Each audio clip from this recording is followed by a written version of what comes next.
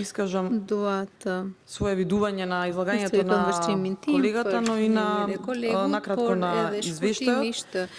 Точно дека е извештајот изработен во детали и ние можам еви лично да дадам пофалба за тоа, но главното прашање ние не можеме овдека на говорницата успеви да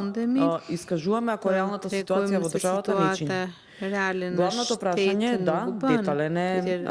извештајот, дека има мал опфат на ниво на држава и опфатот треба да се зголеми, тука треба да се зголемат и ингеренциите на државната комисија за спречување на корупција, бидејќи од досегашното излагање на претседателката свативме дека немаат и доволно човечки ресурси и нивните можности во самата агенција, во самата комисија треба да се зголемат,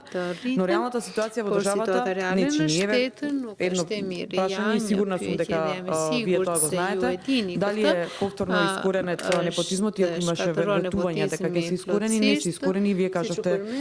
примери дека се уште има. И главното прашање што сакам да го поставам, иако има детален извештај, која корист ја имаат граѓаните? Ако основната перцепција и причина зошто е формирана Комисијата за спречување на корупција, што самото име нејзино кажува што треба да се бави, тогаш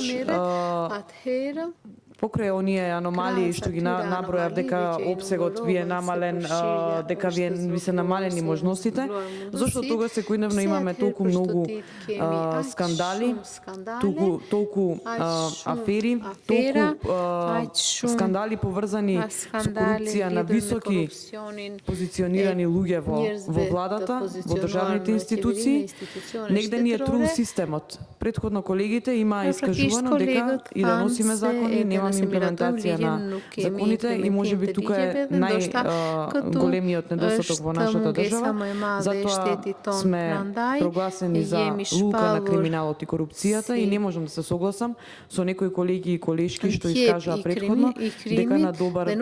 пат сме. Да, револуција нема да се направи за неколку години, но ако сега имаме, ако сме лука на криминал и корупција, како ќе се средуваат овие состојби што сега се случуваат во државата, затоа е огромна недовербата кај граѓаните, затоа е огромно иселувањето на младите, затоа што не гледаат сигурност во оваа држава.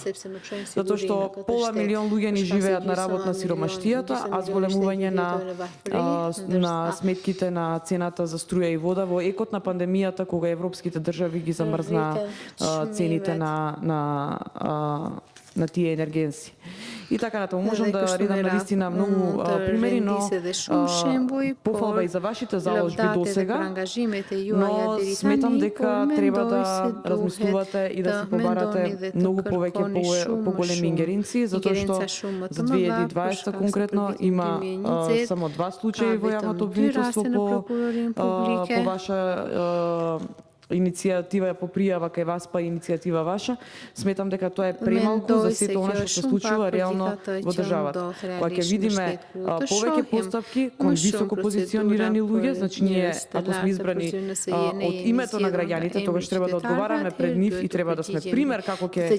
одговараме, тогаш ќе се врати довербата кај граѓаните. Вака со во ред детални извештаи се посветиле време и внимание, пофалба сепак за тоа, но сметам дека треба поревносно да се бориме со криминалот и корупцијата што се случува во државата. Благодарам.